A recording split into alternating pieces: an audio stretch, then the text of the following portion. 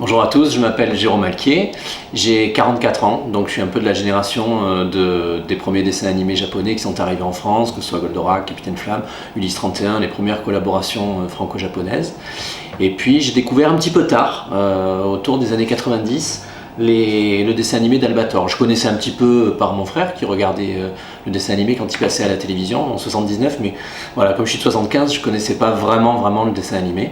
Et j'ai appris à le découvrir après les gros blockbusters qui étaient Saint Seiya ou Dragon Ball.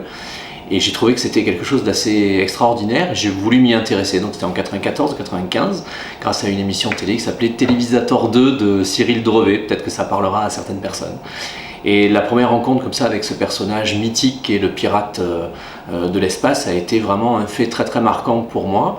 Et très rapidement, j'ai eu envie d'en connaître énormément sur ce personnage-là. Alors je suis parti dans une quête invraisemblable pour retrouver tout ce qui existait sur ce personnage, les deux séries différentes, etc.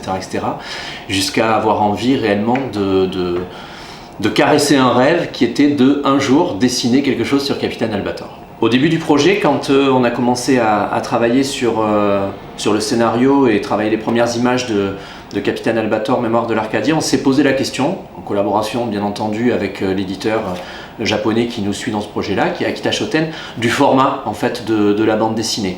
Akita Shoten, qui est évidemment un éditeur de manga, était intéressé pour voir cette bande dessinée être réalisée dans un format qui leur est familier, qui leur est propre, qu'est le manga.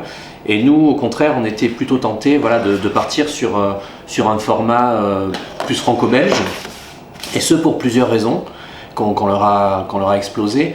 C'était en rapport en fait avec le public qui était visé par un tel projet. D'abord c'est un public francophone, Capitaine Albator, Mémoire de l'Arcadia va sortir en français, donc il me semble quand même que pour le moment le public francophone du Capitaine Albator se divise en deux parties, les fans hardcore on va dire, ceux qui suivent le Capitaine Albator depuis toujours et qui continuent à le suivre et qui continuent encore à prendre les mangas de Maître Shimaboshi qui fait une super BD actuellement chez Akita Shoten.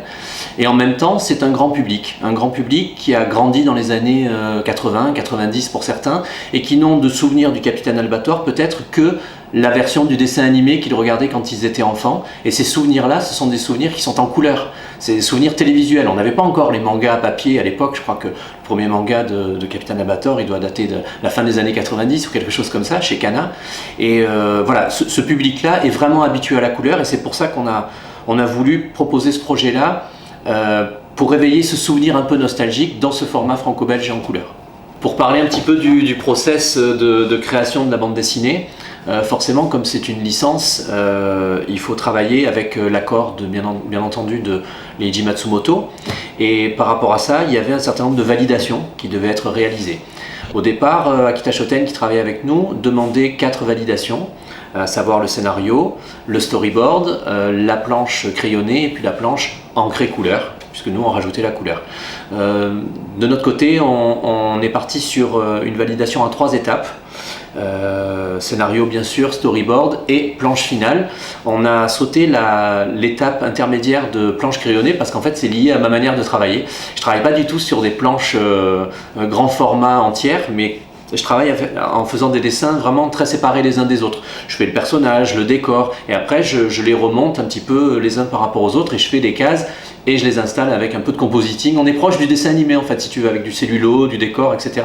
Ce qui fait que le crayonné, ça ne fonctionnait pas. Donc on a eu un petit peu peur au début. D'abord on a tâtonné un peu, et puis quand on a livré les premières planches, comme on avait sauté cette fameuse 3e étape, on avait un petit peu peur de la réponse, et puis fort heureusement les premiers messages qu'on a reçus du Japon étaient vraiment extra pour nous dire c'est génial, on sent toute la passion qui est la vôtre à l'intérieur de vos planches. Et je crois que le plus beau message que j'ai pu recevoir dans tous ces allers-retours, qui sont nombreux parce que quasiment toutes les 2 semaines on fait des validations, c'était d'entendre Matsumoto écrire on voit que vous êtes vraiment passionné de l'œuvre, et surtout continuez à vous régaler en faisant cette œuvre-là, quoi.